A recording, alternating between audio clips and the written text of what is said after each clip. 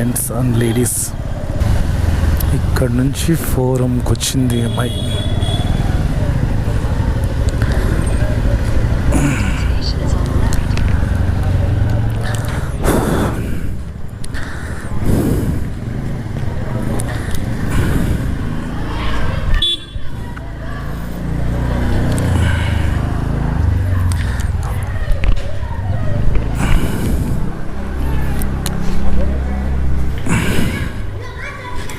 చేతులంతా మట్టి కొట్టుకుపోయినాయి. అంత ఈజీ కాదు ర్యాపిడో, ఊబర్, బైక్ ట్యాక్సీ చేయడం.